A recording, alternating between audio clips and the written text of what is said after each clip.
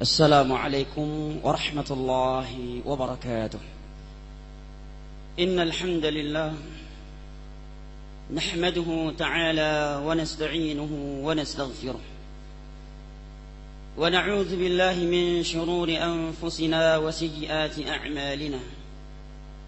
من يهده الله فلا مضل له ومن يضلل فلا هادي له.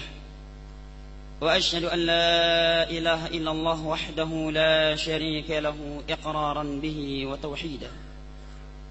وأشهد أن محمدا عبده ورسوله صلى الله عليه وعلى آله وصحبه وسلم تسليما كثيرا. عباد الله، أوصي نفسي وإياكم بتقوى الله، فقد فاز المتقون. يقول ربنا جل وعلا في كتابه الكريم فقال: يا أيها الذين آمنوا اتقوا الله حق تقاته ولا تموتن إلا وأنتم مسلمون. ويقول ربنا جل جلاله في كتابه الكريم: يا أيها الناس اتقوا ربكم الذي خلقكم من نفس واحدة وخلق منها زوجها وبث منهما رجالا كثيرا ونساء واتقوا الله الذي تساءلون به والأرحام إن الله كان عليكم رقيبا. ويقول ربنا جل وعز في كتابه العزيز: يا أيها الذين آمنوا اتقوا الله وقولوا قولا سديدا يصلح لكم أعمالكم ويغفر لكم ذنوبكم ومن يطع الله ورسوله فقد فاز فوزا عظيما. أما بعد، فيا عباد الله، sidang jamaah salat Jumat rahimani wa rahimakumullah.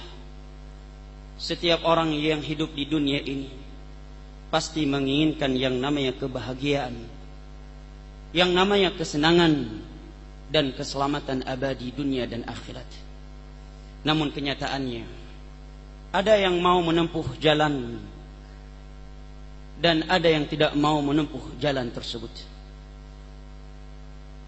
Serta ada juga yang menempuh jalan yang dengan jalan tersebut dia berharap akan meraih kesenangan, kebahagiaan dan keselamatan abadi. Namun sayangnya jalan yang dia tempuh adalah jalan yang keliru. Dikatakan oleh seorang penyair Arab, tarjun najata wa lam tasluk masalikaha fa inna safinata lam tajri 'ala al-yabasi. Engkaukah yang menginginkan kesuksesan dunia dan akhirat, wa lam tasluk masalikaha, namun engkau tidak mau menempuh jalannya. Fa inna safinata lam tajri 'ala al-yabasi. Perlu engkau ketahui, sesungguhnya kapal, perahu itu tidak akan mungkin berlayar di atas darat. Demikianlah kebahagiaan, demikianlah kesuksesan yang abadi dunia dan akhirat tidak akan diperoleh kecuali orang-orang yang mau berjuang, kecuali orang-orang yang berjiwa besar dengan melawan hawa nafsunya yang selalu menggiring dan menyuruhnya ke dalam neraka Allah. Tarjun najata wa lam tasluk masalikah fa inna safinata lam tajri 'ala al-yabas. Demikian dikatakan oleh seorang penyair. Engkaukah yang menginginkan kesuksesan, keselamatan dari neraka Allah, ingin meraih syurga Allah, wa lam tasluk masalikaha, tetapi engkau tidak mau menempuh jalannya. Fa inna safinata lam tajri 'ala al-yabasi. Ketahuilah sesungguhnya perahu dan kapal di laut itu tidak akan mungkin berlayar di atas darat. Demikianlah syurga Allah tidak akan mungkin engkau meraihnya tanpa pengorbanan dan perjuangan di jalannya, dan tidak akan mungkin engkau selamat dari nerakanya tanpa perjuangan dan pengorbanan yang Allah dan Rasulnya inginkan. Banyak manusia menginginkan kesuksesan dan kebahagiaan dunia dan akhirat, sehingga di antara mereka ada yang menganggap bahwa harta merupakan standar kesuksesan. Ada pula di antara mereka yang menganggap bahwa tahta jabatan itu merupakan standar kesuksesan dan kebahagiaan. Namun ada pula di antara mereka yang menilai dan menganggap bahwa keturunan merupakan standar kebahagiaan dan kesuksesan serta ketinggian di dunia ini. Tetapi rupanya kitab suci Al-Quran tidak menerangkan demikian. Barang siapa yang menganggap bahwa tahta, jabatan dan kekuatan adalah standar kesuksesan, maka kesudahan Fir'aun adalah sebaik-baik pelajaran yang menerangkan kepada kita bahwa tahta, jabatan dan kekuatan bukanlah standar keselamatan dan kesuksesan. Barang siapa yang menyangka bahwa harta benda, perhiasan-perhiasan dunia ini merupakan standar kesuksesan dan kebahagiaan, maka kesudahan Fir'aun, kesudahan Qarun merupakan sebaik-baik pelajaran kepadanya. Dan barang siapa yang menilai bahwa keturunan yang baik itu merupakan standar kebahagiaan, kehormatan dan kesuksesan, maka kesudahan Abu Jahal dan Abu Lahab sebaik-baik pelajaran bagi kita segenap kaum muslimin. Rupanya bukan itu standar kesuksesan di dalam Islam ini. Tetapi Allah berfirman di dalam surat Al-Ahzab pada halaman terakhir menerangkan standar kesuksesan, standar keselamatan dan kebahagiaan yang hakiki dan abadi. Allah berfirman, "Wa man yuti'illaha wa rasulahu faqad faza fawzan 'azima." Dan barang siapa yang taat kepada Allah, taat kepada Rasulnya, apakah dia seorang yang kaya ataukah seorang yang miskin, faqad faza fawzan 'azima, maka sungguh dialah orang yang telah memperoleh kesuksesan yang besar, kesuksesan yang sesungguhnya. Inilah standar kesuksesan menurut kitab suci kita, Al-Quranul Karim, yang Allah turunkan dari 7 lapis langit kepada Nabi yang paling agung, penutup para Nabi dan para Rasul. Wa man yuti'illaha wa rasulahu faqad faza fawzan 'azima. Dan barang siapa yang taat kepada Allah dan Rasulnya, menjalankan perintah-perintahnya dan meninggalkan larangan-larangannya, dialah orang yang telah sukses. Hakikatnya, selama kita masih menghembus nafas di dunia yang fana ini, hakikatnya kita belum meraih kesuksesan yang abadi, kesuksesan yang hakiki. Karena Allah berfirman di dalam surat Ali Imran, "Kullu nafsin dha'iqatul maut wa innama tuwaffawna ujurakum yawmal qiyamah faman zuhziha 'anil nari wa udkhilal jannata faqad faz wa mal hayatud dunya illa mata'ul ghurur." Setiap yang memiliki nyawa pasti akan mati. Siapapun dia, apapun yang dia miliki. Para raja telah mati, para konglomerat telah mati, perdana-perdana menteri sudah mati, para presiden telah mati, orang-orang kaya ternomor di dunia juga telah mati. Kullu nafsin dha'iqatul maut. Setiap yang bernyawa pasti akan mati. Wa innama tuwaffawna ujurakum yaumal qiyamah. Pada hari kiamat semua kalian akan mendapatkan balasan dari Allah sesuai perbuatan yang dia lakukan di dunia ini. Faman zuhziha 'anil nar wa udkhilal jannata faqad faz. Maka barang siapa yang telah dipastikan selamat dari neraka Allah, wa udkhilal jannah, telah dimasukkan ke dalam surga Allah, faqad faz, maka sungguh dialah orang yang telah sukses dengan kesuksesan yang abadi dan hakiki. Khatib yang sedang khutbah dan jamaah yang sedang mendengar khutbah ini, tidak ada satupun ayat dan hadis yang menyebut nama kita selamat dari neraka Allah.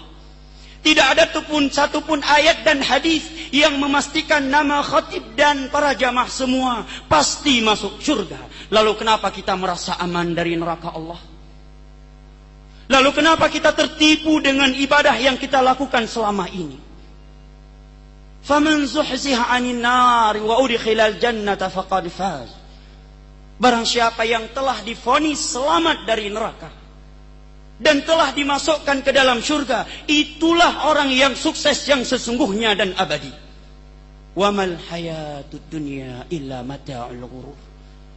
Tidaklah kehidupan dunia ini kecuali kehidupan yang sementara lagi menipu. Perjalanan kita masih sangatlah panjang.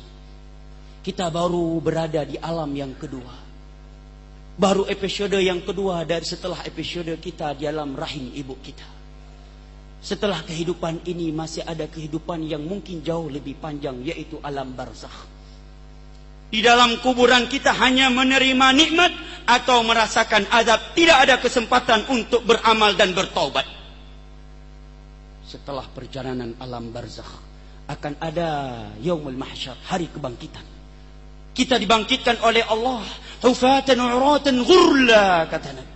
Tidak beralas kaki, tidak disunat, tidak berpakaian sehelai pun. Sekalipun di dunia dia memiliki baju-baju anti peluru, baju-baju yang paling mahal dan mewah. Dia di sini seorang raja, seorang presiden, menteri, ataukah yang lainnya. Semua mereka berstatus sama di sisi Allah. Abdan farda, datang dengan status sebagai hamba sahaya Allah. Farda, dengan seorang diri. Sekalipun ketika di dunia dia memiliki pasukan-pasukan elit yang selalu mengamankan dia dan mengelilingi. Adapun di hari kiamat, siapapun dia, apapun yang dia pernah miliki di dunia ini, abdan farda, dia berhadap dengan Allah, kepada Allah dengan status abdan, hamba sahaya, farda, dan seorang diri. Tidak ada yang mengamankannya kecuali ibadah dan amalan yang pernah dia lakukan ketika di dunia. Hufatan uratan ghurla, tidak beralas kaki, tidak berpakaian sehelai pun, dan tidak disunat, dalam keadaan matahari didekatkan darinya sejarak 1 mil. Setelah hari mahsyar akan ada hisab, akan dihisab dan diperhitungkan seluruh perbuatan yang pernah kita lakukan, kecil maupun besar, yang telah kita lupakan ataukah belum. Setelah itu akan ada mizan, timbangan antara amal soleh dan amal kebaikan kita. Faman thaqulat mawazinuhu faulaika humul muflihun. Orang-orang yang berat timbangan amal solehnya, mereka lah orang-orang yang telah sukses, telah bahagia, telah selamat. Wa man khaffat mawazinuhu faulaika alladziina khasiru anfusahum wa ahlihim yaumal qiyamah. Adapun orang-orang yang amal, yang timbangan amal solehnya itu ringan, amal maksiatnya lebih berat, maka mereka adalah orang-orang yang telah merugi dan merugi keluarga mereka pada hari kiamat. Setelah itu akan ada nasyrus suhuf, perintah untuk mengambil buku catatan amal. Kalau kita termasuk dari orang yang mengambilnya dengan tangan kanan, maka kita akan selamat. Na'udzubillah, kalau kita termasuk dari golongan yang mengambilnya dengan tangan kiri, maka pasti dia akan binasa. Setelah itu akan ada as-sirat, jembatan yang Allah katakan wa in minkum illa wariduha kana ala rabbika hatman maqdiya thumma nunajji alladhina ittaqaw wa nadharu adh-dhalimina fiha jithiya. Setiap kalian pasti akan melewati jembatan tersebut. Abu Musa, sahabat yang mulia, berkata bahwa jembatan tersebut adaq minas sayf wa adaq minas syah. Ahad minas sayf, lebih tajam daripada pedang samurai, dan lebih tipis daripada rambut. Di bawahnya api neraka yang menyala-nyala, dan di atasnya duri-duri yang agung yang akan menyambar setiap orang yang diperintahkan oleh Allah. Akankah saya dan Anda mampu melewati jembatan tersebut sehingga kita berleha-leha selama ini, sehingga kita tertipu dengan ibadah yang kita lakukan selama ini, seakan-akan ada ayat dan hadis yang telah menjamin kita mampu melewati jembatan tersebut? Allah katakan wa in minkum wariduha, setiap kalian semuanya akan diperintahkan untuk melewati jembatan tersebut. Di dalam sebuah hadis Nabi menyatakan ada di antara mereka melewati jembatan tersebut secepat kilat, ada yang secepat mata memandang, ada yang secepat seekor kuda yang berlari, ada yang berlari kemudian jatuh, akhirnya dia tersungkur ke dalam neraka yang menyala-nyala di bawahnya. Na'udzubillah. Kata sahabat Abu Musa al-Asy'ari, lebih tajam dari pedang samurai dan lebih tipis daripada rambut. Di bawahnya api neraka yang menyala-nyala, dan di atasnya ada kalalib, duri-duri yang agungnya akan menyambar siapa yang Allah perintahkan. Setelah itu akan ada haud telaga Nabi. Setelah itu barulah al-jannatu wan nar, surga dan neraka. Kita semua belum mendapatkan jaminan untuk masuk ke dalam surga dan selamat dari neraka Allah Jalla wa'ala. Dan kita selama ini sedang dihantui oleh sebuah makhluk, dihantui dan dikejar oleh sebuah makhluk yang pasti akan mendatangi kita kemanapun kita berlari dan dimanapun kita bersembunyi, sekalipun di sekeliling kita ada pasukan-pasukan elit yang mengamankan kita, yaitu kematian. Allah berfirman, "Aynama takunu yudrikumul maut walau kuntum fi burujim musyayyadah." Dimanapun kalian bersembunyi, kematian itu akan menjemput kalian, sekalipun kalian berlindung di belakang benteng-benteng yang sangat kokoh. Kematian tidak pandang bulu. Dia tidak pandang seorang itu seorang pejabat ataukah rakyat jelata. Dia seorang pasukan elit ataukah bukan pasukan elit. Dia orang yang sudah tua renta ataukah seorang anak muda. Dia seorang yang masih sehat ataukah sedang menderita sakit. Kematian tidak pandang bulu di antara mereka. Aynama takunu yudrikumul maut walau kuntum fi burujim musyayyadah. Dimanapun kalian bersembunyi, kematian akan menjemput kalian, sekalipun kalian bersembunyi di belakang benteng-benteng yang sangat kokoh. Allah berfirman di dalam surat Al-Qiyamah, "Kalla idza balagatit taraqi wa qila man." Sekali-kali tidak. Tatkala kematian, ruh kamu ketika dicabut sudah sampai di kerongkonganmu, Allah dan malaikat yang menyatakan, "Man raq?" Siapa hari ini yang bisa menyembuhkan engkau? Siapa orang yang bisa menghalangi malaikat maut untuk mencabut ruh yang sudah sampai di kerongkongan? Tidak ada yang mampu. Wa dhanna annahu al-firaq. Di saat itulah barulah dia sadar bahwa dia akan berpisah dengan dunia ini. Memang hari ini tentang surga, neraka Allah, kehidupan akhirat adalah sebuah cerita. Dan dunia adalah sebuah kenyataan. Tetapi begitu ruh kita dicabut oleh malaikat maut, sudah sampai di kerongkongan kita, barulah kita sadar dan yakin bahwa hari ini surga Allah, bahwa hari ini kehidupan akhirat adalah kehidupan yang nyata, dan dunia menjadi sebuah cerita yang sudah ditinggalkan dan dilupakan. Waltaffatis saqu yauma idil masaq. Tatkala malaikat maut mencabut rohmu, dua betisnya bergetar. Ila rabbika yauma idil masaq. Dia sedang ditarik, dibawa kepada Rabb sang pencipta. La haula wala quwata illa billah. Rasulullah sallallahu alaihi wasallam yang tidak diragukan lagi tingkat keimanan dan ibadahnya. Suatu hari Jibril alaihi salam berwasiat kepada beliau. Mari kita simak wasiat malaikat yang paling mulia, malaikat yang paling agung, malaikat yang paling dekat di sisi Allah, kepada nabi yang paling agung, kepada nabi yang paling mulia, dan kepada nabi yang paling dekat di sisi Allah.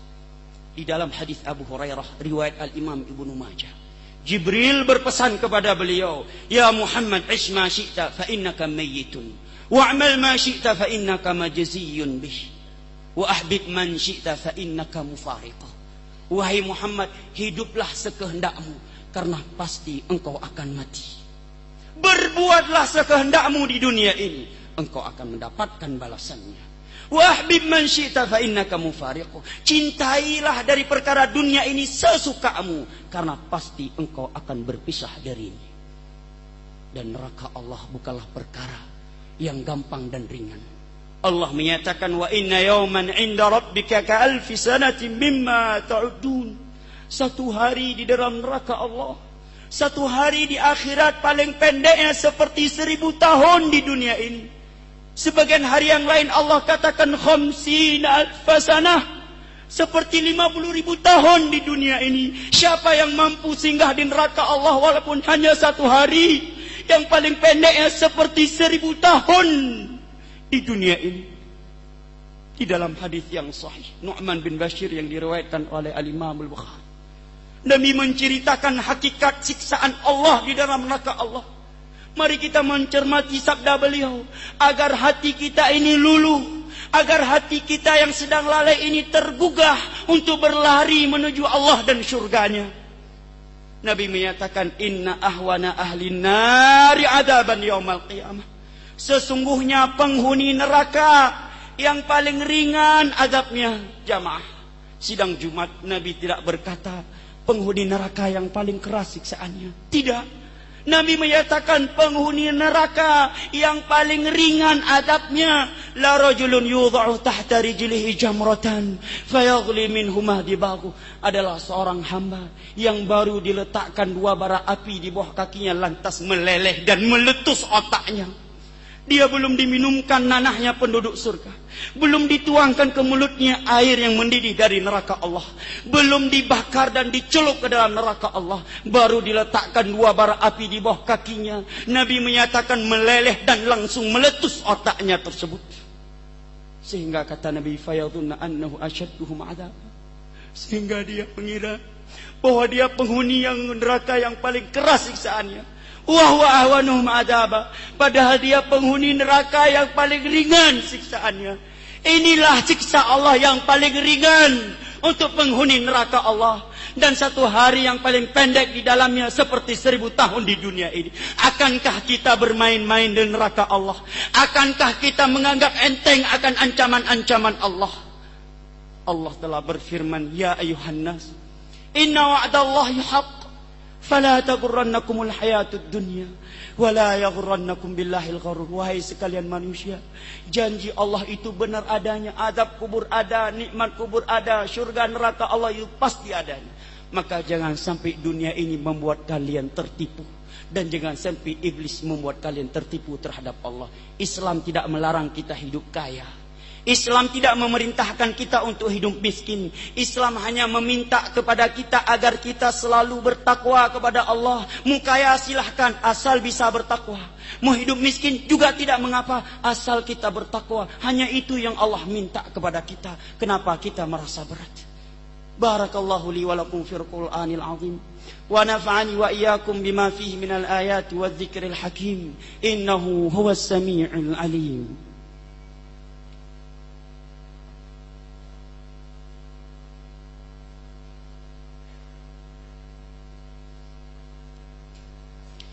Alhamdulillah, alhamdulillahilladzi arsala rasulahu bil huda wa dinil haqq liyudhhirahu 'ala ad-din kullihi walau karihal kafirun walau karihal musyrikun. Wa asyhadu an la ilaha illallah wahdahu la syarika lah iqraran bihi wa tauhidan. وأشهد أن محمدا عبده ورسوله صلى الله عليه وعلى آله وصحبه وسلم تسليما كثيرا. أما بعد، عباد الله، أوصي نفسي وإياكم بتقوى الله فقد فاز المتقون. Pada khutbah yang pertama tadi, kita telah mendengar ayat-ayat dan hadis-hadis yang sangat mulia yang menerangkan hakikat perjalanan kita. Semoga dan mudah-mudahan apa yang telah kita dengar tersebut dapat menggugah hati kita, membuat kita semakin takut kepada Allah akan nerakanya. Saya nukilkan ucapan seorang Faruq Umar bin Khattab, yang dengan itu kita akan bisa mengetahui siapa diri kita selama ini. Apakah kita selama ini munafik ataukah mukmin sejati? Umar bin Khattab yang sudah dijamin masuk surga, tidak diragukan lagi sumbangsi beliau, perjuangan beliau untuk Islam ini. Beliau menyatakan, launana mudadin fis sama, ayuhan nas kullukum dakhiluna al-jannata illa rajulan wahidan la khiftu an akuna ana huwa. Kalau ada teriakan dari langit, wahai segenap manusia, seluruh kalian masuk surga kecuali 1 orang. Kata Umar, sungguh aku sangat takut, jangan-jangan 1 orang yang tidak masuk ke dalam surga tersebut adalah aku orangnya. Ini Umar bin Khattab. Lalu siapa kita sehingga kita merasa aman dari neraka Allah dan merasa pasti masuk surga Allah Jalla wa'ala. Inna Allah wa malaikatahu yusalluna ala nabi, ya ayyuhalladzina amanu sallu alaihi wa sallimu taslima. Allahumma ighfir lil muslimina wal muslimat